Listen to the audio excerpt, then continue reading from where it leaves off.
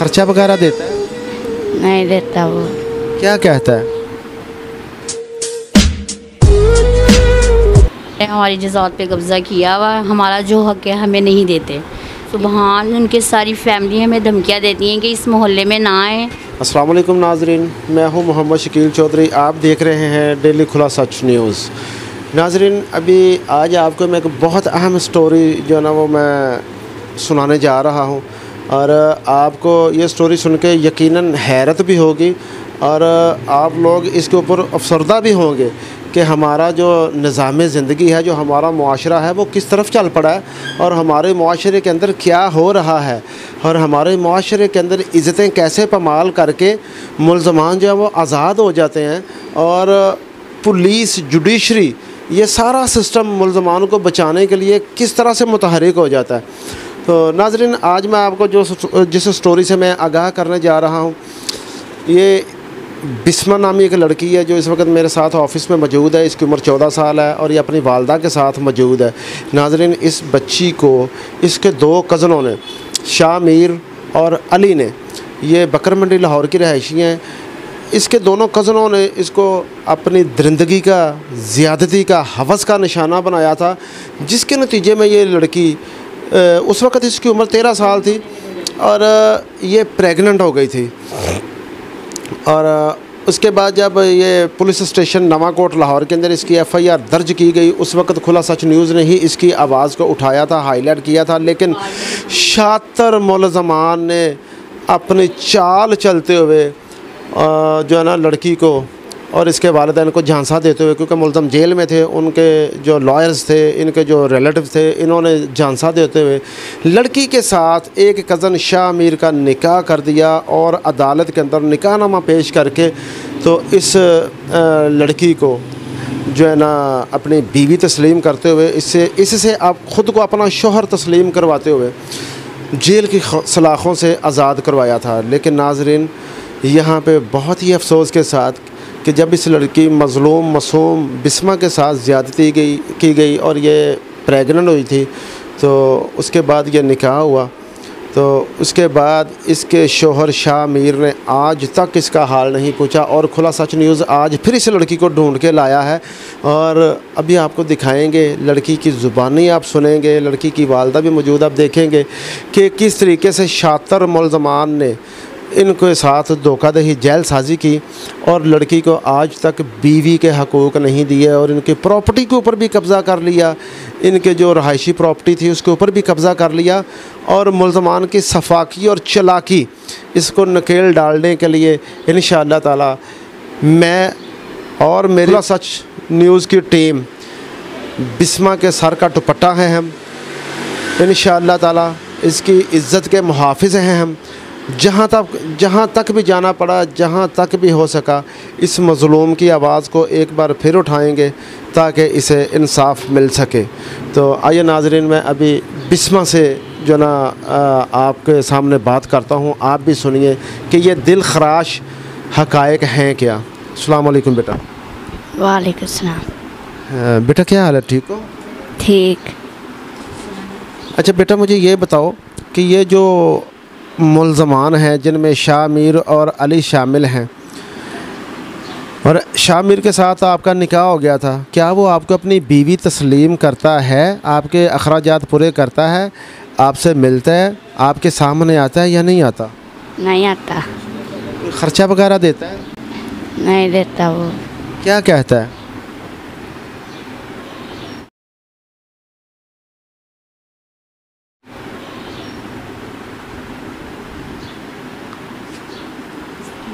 ये जी मासूमियत की एक ये वो तस्वीर है और मज़लूमियत की वो दास्तान है कि जिसके पास शाह मीर की मज़म्मत के लिए भी अल्फाज नहीं हैं और इस लड़की की खामोशी इस चीज़ को ज़ाहिर कर रही है कि ये बेचारी अपनी आवाज़ को कहाँ कहाँ उठाए, कैसे कैसे, कब तक उठाए और किस किस के सामने ये अपने आप को ज़ाहिर करे। खैर, अभी ये जो 14 साल बिस्मा है, इसके साथ इसकी वालदा भी मौजूद है, तो इनकी वालदा से भी बात करते हैं। जी अस्सलाम वालेकुम। वालेकुम अस्सलाम। जी, क्या नाम है आपका? गुलनाज। अच्छा ये बताइएगा कि जब मुलजमान जेल में चले गए थे उस वक्त भी हमने ये आवाज़ उठाई थी, मुलजमान के ऊपर FIR हुई थी।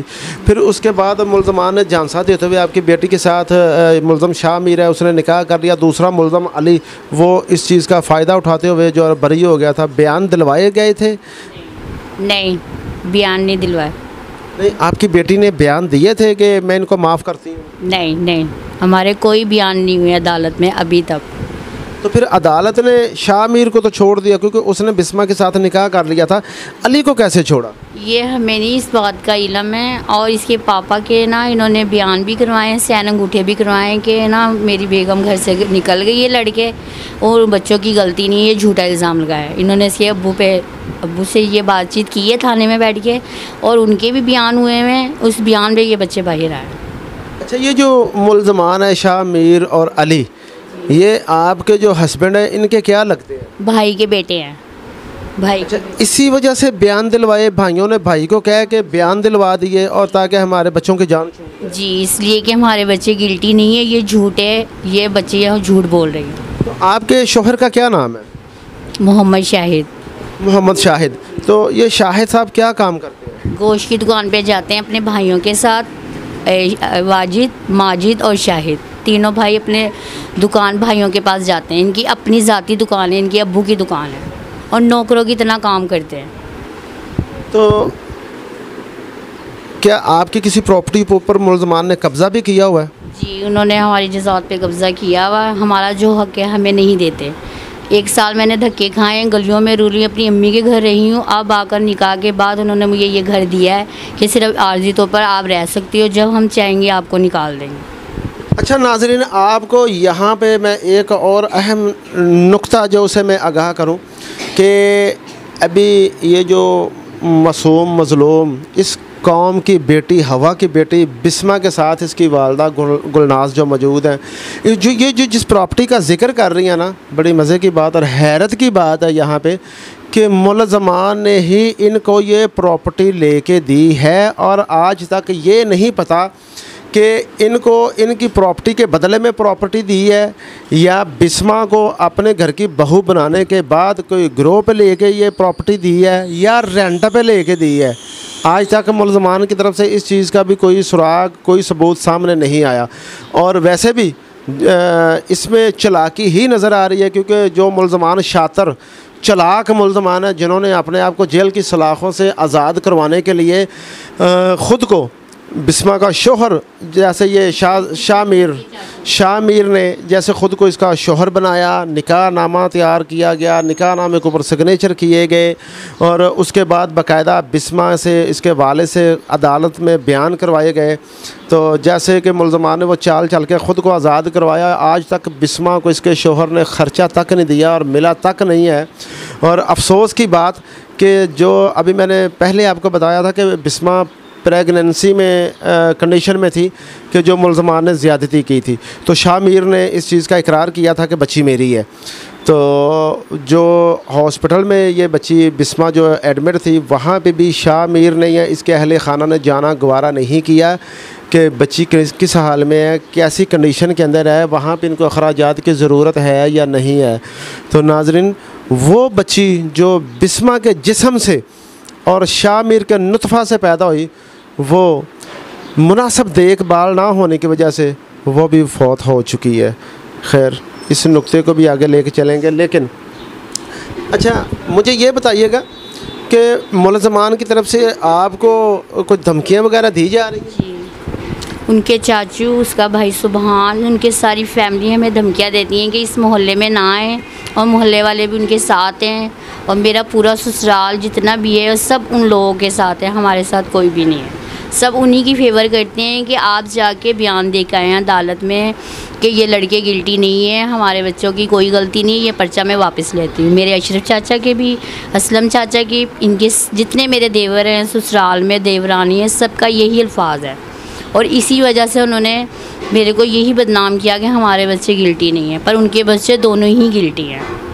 अच्छा, जो ये आपकी बेटी बिस्मा के साथ मुलज़म शाह मीर का निकाह हुआ था, उस निकाह के वक्त आप मौजूद थी?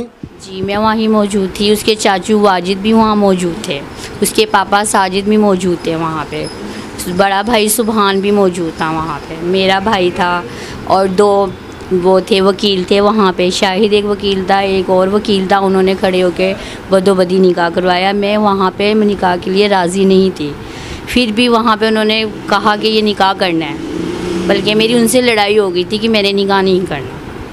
उस निकाह में मैंने 5,000 रुपया जेब खर्च भी लिखवाया है, 1 तोला जेवर लिखवाया है और 10 लाख मैंने इसकी वो भी लिखवाया हक महल।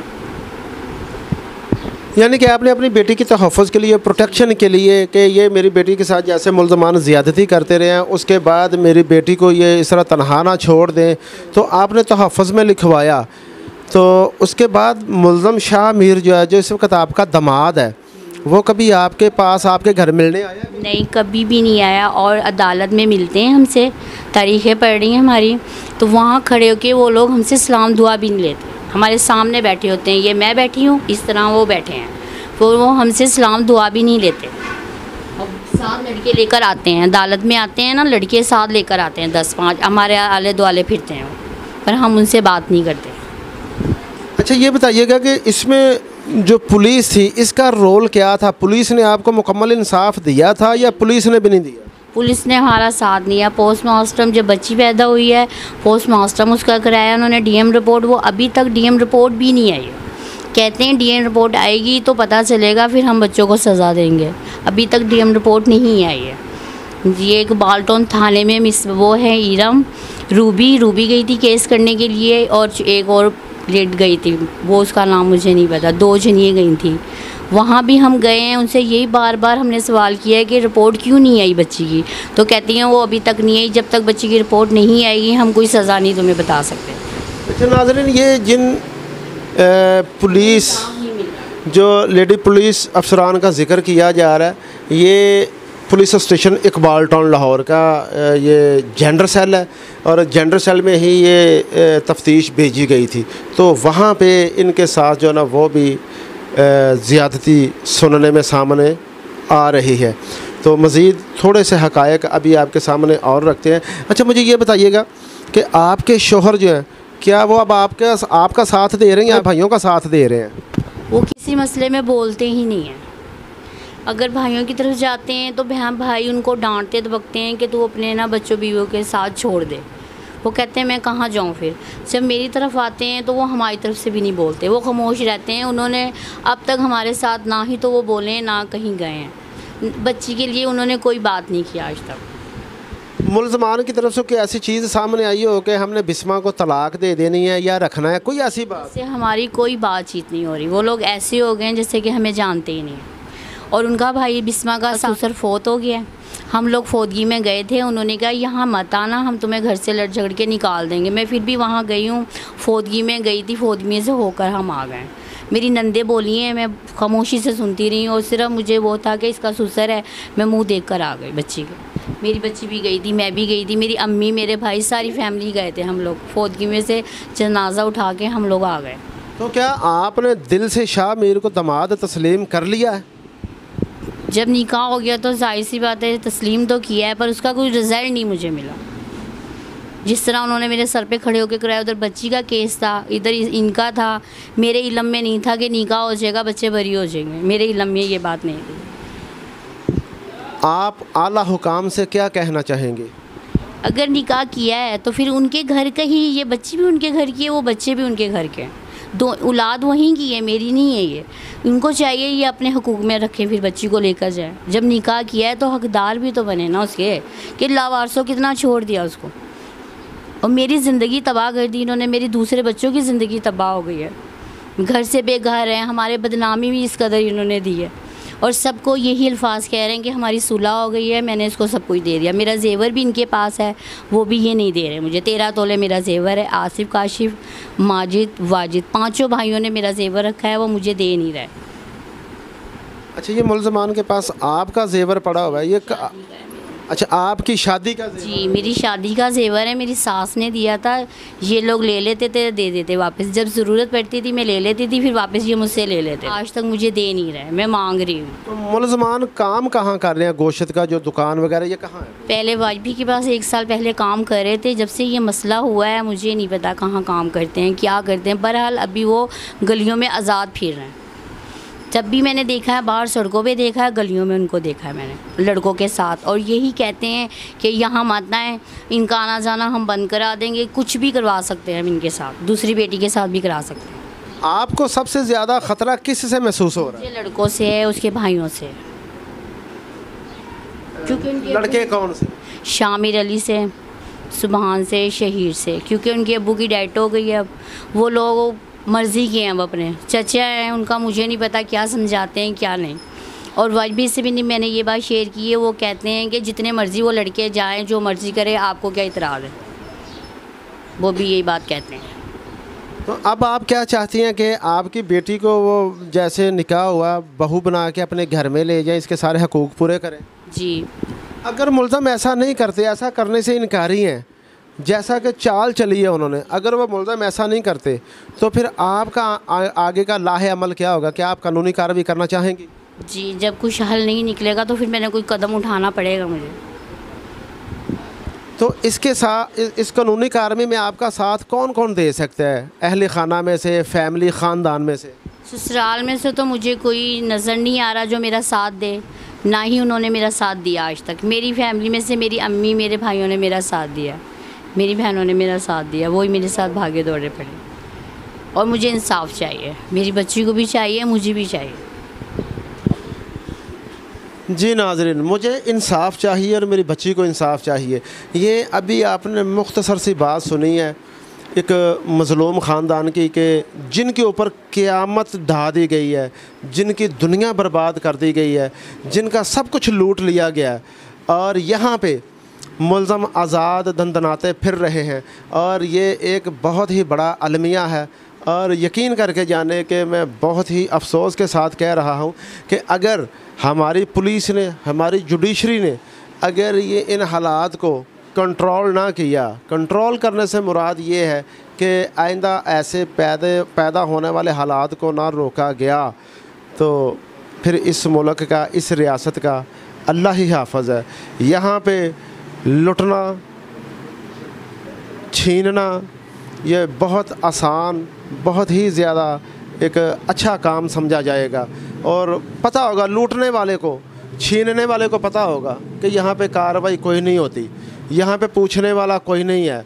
और ख़ासकर जब आगे मुकाबले में कोई बहुत ही गरीब, बहुत ज़्यादा गरीब आदमी हो, कोई साइल ऐसा कोई गरीब हो, ऐसा गरीब शख्स हो, ख़्वाह वो मर्द हो या औरत हो, कि मुल्ज़म जानता हो कि ये मेरा मुकाबला नहीं कर सकता या मेरा मुकाबला नहीं कर सकती, तो फिर बहुत अफसोस के साथ कि ये रियासत का निज़ाम चलना मुश्किल हो जाएगा और चलता हुआ नज़र भी नहीं आएगा। तो मेरी दुआ है कि अल्लाह ताला मेरे इस मुल्क पाकिस्तान को, इस अज़ीम रियासत को अपनी रहमत के साथ शाद, आबाद और सदा हमेशा के लिए सलामत रखे। और ये पाक धरती, ये पाक रियासत, ये अज़ीम मुल्क जो कलमा तय्यबा ला इलाहा इल्लल्लाह के नाम पे हासिल किया गया, अल्लाह करे कि यहाँ पे निज़ाम भी ला इलाहा इल्लल्लाह वाला नाफिज़ हो और हर मज़लूम को, ज़ालिम के ख़िलाफ़ जब वो खड़ा हो तो उस मज़लूम को इंसाफ मिले और ज़ालिम अपने कैफ़रे किरदार तक पहुँच जाए। तो नाज़रीन, आप भी हमें अपने कमेंट से हमें आगाह कीजिएगा, कमेंट सेक्शन में बताइएगा कि हमारी ये वीडियो कैसी लगी और आप मज़लूम बिस्मा के लिए क्या कहते हैं। और इस मज़लूम ख़ानदान ने अरबाब इक़्तिदार, अरबाब इख्तियार, आला हुकाम से मुतालबा किया है कि इनको फ़ौरी तौर पर इंसाफ फ़राहम और मुहैया किया जाए। इनकी लूटी हुई जायदाद, इनका जो भी मालो ज़र छीना गया जो मुल्ज़मान के कब्ज़े में, वो भी वापस दिलवाया जाए और मज़लूम मासूम बिस्मा को इसके घर, इसके शोहर के साथ भेजा जाए। और अगर वाकई इसका शोहर सिंसियर अपनी गलती पे शर्मिंदा है, नादम है, तो उसको लेके जाना चाहिए। और अगर वो बिस्मा को अपनाने से इनकारी है तो इसका मकसद सिर्फ़ और सिर्फ यही है कि वो जेल की सलाखों से आज़ाद होना चाहता था। और इस तमाम आज़ादी के अंदर कानूनी अदारों ने भी रोल प्ले किया है, मुल्ज़म के रिश्तेदारों ने भी इसमें अहम किरदार अदा किया, जो कि नहीं करना चाहिए था। नाज़रीन, मेरी दुआ है कि अल्लाह ताला मेरे मुल्की अदारों को इंसाफ़ करने की तौफ़ीक अता फ़रमाए और यहाँ पे जुल्म होने से पहले ज़ालिम का सर कुचल दिया जाए। अल्लाह करे कि ऐसा सिस्टम नाफिज़ हो।